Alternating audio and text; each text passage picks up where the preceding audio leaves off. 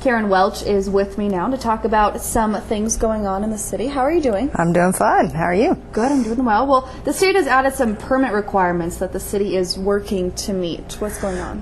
The permit requirements are for the landfill. It's the Texas Commission on Environmental Quality. They want to make sure that things like the groundwater beneath the landfill is clear of contaminants and things like that.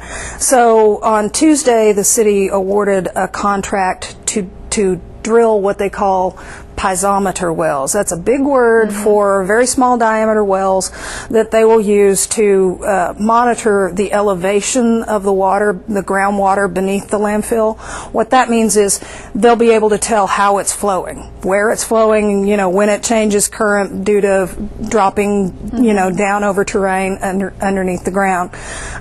That's the second part of meeting landfill permit requirements that the city is doing. The first one, just completed last month, was the drilling of 19 new groundwater monitoring wells. And those are the wells where they take the samples as the water flows in underneath the landfill and flows out.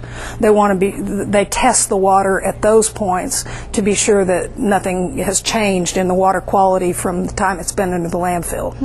Is that the final step, or is there another one? I think that is this round, but as they said Tuesday at commission meeting, those requirements are getting list of requirements larger and larger as we go along.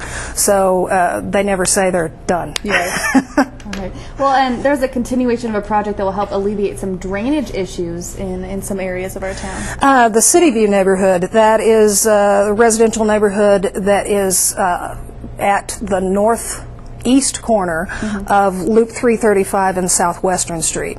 Now, earlier this year, the city dredged a drainage lake that's on the south side of Loop 335. The problem is Loop 335 sits between City View neighborhood and that lake. Right. So the piece of the project that got a little bit more expensive with a change order approved on Tuesday was the project that will actually take the pipes underneath Loop 335 to get the water from that neighborhood to the lake.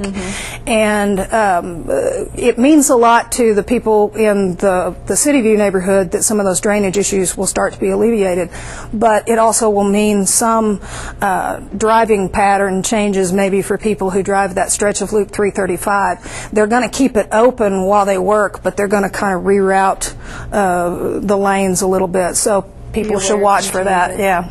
All right. Well, thank you, Karen Welch, for joining us and updating us on some issues going on.